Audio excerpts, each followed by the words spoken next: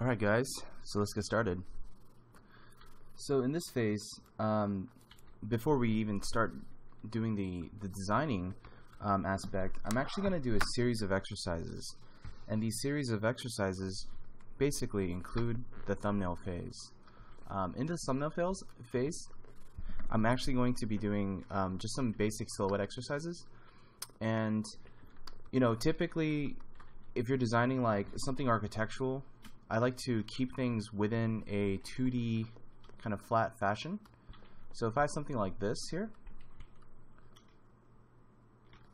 it's easy for me to kind of just think about proportion, size, shape, and just the overall design aesthetic. But a couple of things to keep in mind is that when you're designing this way, it's really easy to make the same exact shape and thickness, right? So if you guys are running into something like this, I'm going to ask you to do this little quick technique just to try it out. It's worked for me in the past, and it's something that I try out here. Is if this is within a specific bounding box, I just want to go ahead and just try to do some other freeform bounding box that can help influence or inspire just maybe some of our design decisions or shape decisions that we make, just to kind of get things going in a different fashion. So I just want to see like what we can come up with here. And these are just random oblong shapes. There's nothing really specific in mind. I'm just thinking about literally just real estate and all that stuff. So just kind of plot it in here.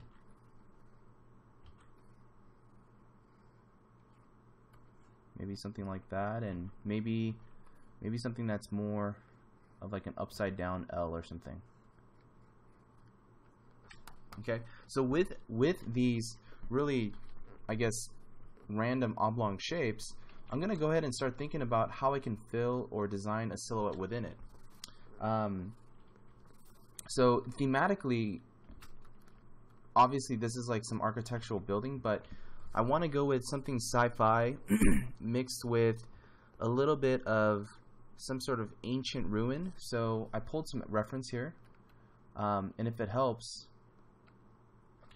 I decided to go with Buddha statues for my ancient ruins.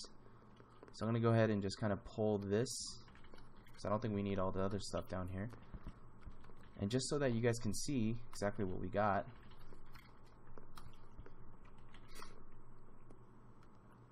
And so forth. So we got these. Got another one here. And what I'm going to go ahead and do is I'm just going to mark these in one group so I can come back to these. And I also just got some images of like oil rigs and printers. I know, random, right? You guys are thinking, what in kind of combination is that? But the great thing about using an existing architectural structure like an oil rig is that this reminds me of scale. And I'm not necessarily designing oil rigs, but I want a sense of scale in my design, so therefore I have something that's along the same size. But I'm using printers as kind of my design language, my design aesthetic for creating something sci-fi. You guys might be wondering, well, why printers? Well, it's not necessarily that I want to design an oversized printer building, but basically I want to use this as a form of paneling and thinking about some sort of graphic design. And obviously, since it's like in the future, there's a really nice future like aesthetic about these consumer products. So I'm going to go ahead and try to tie this into our environment here. So what I'm doing here is I'm just trying to make sure I have a clean pulled out shape here. So these individual shapes, and I'm going to close my reference. I'll come back to these, and these actually I'm actually going to darken them. I'm going to make these dark silhouettes so we can just look at the shapes. And what's great about these is that I can use this as a starting point to start designing and building some of the architecture, and we can actually just go off of what's existing here. And literally if I were to show you this and I never told you where my source was, you know, you would think that it's some sort of militarized base with some ancient ruins built up against it, you know? And so that's exactly the kind of aesthetic that I want to kind of infuse here. So this is what I'm doing. I'm just grabbing this silhouette here and I'm rotating it, and I'm trying to fit not perfectly within the bounding box, but roughly. And when I mean roughly, it's just trying to get a sense of just general volume and shape to get this in, and that's all. Because these are silhouettes, so the goal here is just to make this stuff look really cool, and that's it. So I'm going to do just a couple of these just to kind of get things going. To speed it up, I'm going to obviously kind of duplicate and try to I'm going to try to get these done as quick as I can. Usually in the design process, I actually do these fairly quickly, just because, you know, I want to just come up with cool shapes, and that's the entire goal here. Is just come up with really interesting shapes, really cool combination of designs. I'm even taking elements from the first silhouette that I just did, combining it together and seeing what we can get. And all at this point is it's all about just shape exploration, really interesting proportions, and things out of the ordinary. Just, you know, shapes that I normally wouldn't do because I'm following this bounding shape here. Now I can even combine them too. Say we have something like this. Maybe if I combined it this way, I get this really interesting upside down kind of structure, right? So maybe we can use this for one of the buildings here. Maybe this can be the original one actually. It can be more square, something like that. And I'm just thinking like it might be kind of a cool command center or something. And this one here, I'll try to kind of get it fitted into another shape here. See if I can make something of this. And it's cool because I feel like I'm just using my own library of shapes, library of silhouettes that we pulled and we gathered just to make our own designs.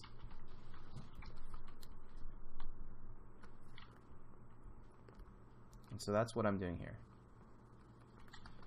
If you guys have any questions, feel free to email me, and you know, show me what you got.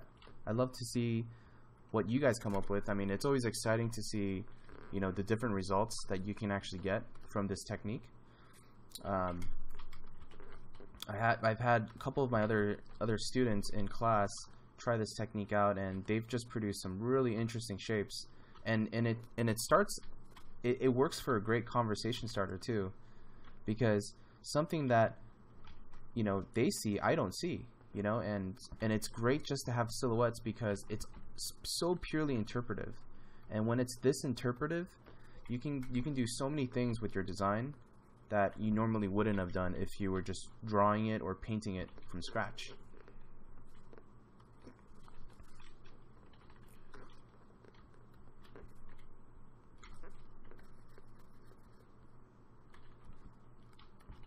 Maybe I have something asymmetric like this. And this already starts to look very like military gunner-like. So I'm just going to go ahead and simplify some of these shapes. And the reason why I'm simplifying some of these shapes, it's not only just a natural gut feeling that I have, but also I want to have areas of rest and areas of complexity. And the way I'm going about that is basically I want to showcase just some areas where I can have a lot of high detail and areas where it's just a little bit more bigger and more plain, so that our eye can understand, you know, the difference between something that is more simple and massive versus small and highly compressed with detail. So that's kind of like, if you look at some of the references here, if you look at this oil rig, and I were to pull this out and make this, pull out the silhouette as best as I can.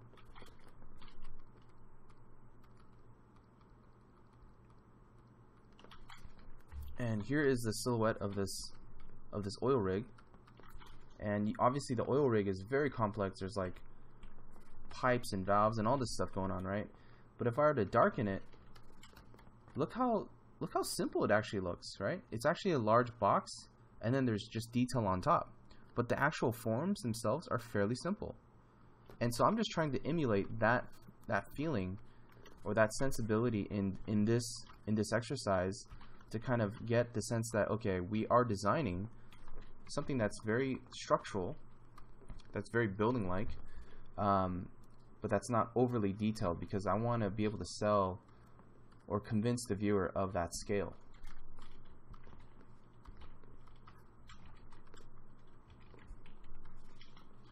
Maybe here. I'm just going to go ahead and put in some holes or something, some negative shapes. And these can just be structures here.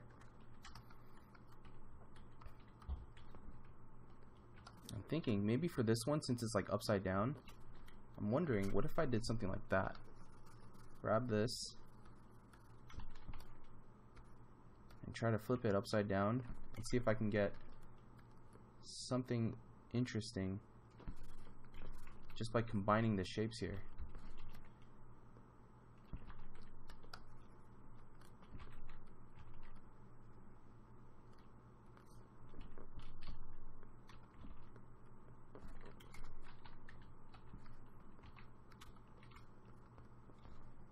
And maybe just that might give us a really interesting, structure that's very top heavy, but there's enough structure on the bottom to be able to kind of withstand all the weight from the top. I'm totally bullshitting here. I probably wouldn't even work in like an earthquake scenario. That thing would probably topple over, but you know what? We're just here to make some cool stuff. That's all that matters to me, man. I mean, that's even cool, right? Like, turning it sideways and multiplying it and seeing what you get here, just to get a variety of shapes and structures like that.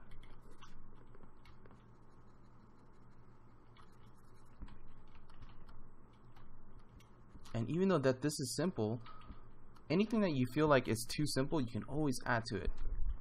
You can always add a new shape. You can always add more detail. It's purely up to you what you want to do. So anytime you feel like, well, the side of that looks just like a simple rectangle, well, I can grab this silhouette here and I can just add some extra details on the side, and already that gives this so much scale. So when I turn off these red marks, look at the range of silhouettes we got. It's pretty cool stuff, like it's a good enough start for us to now get on to the next phase.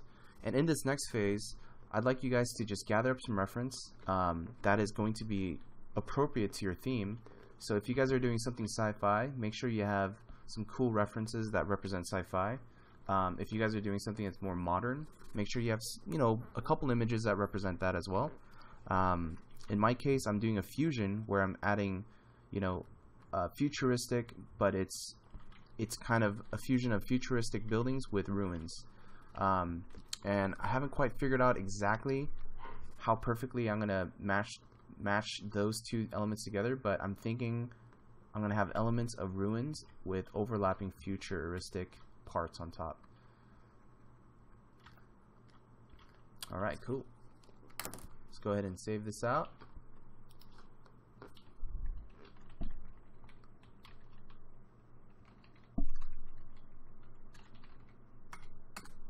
Awesome. Let's get to the next one.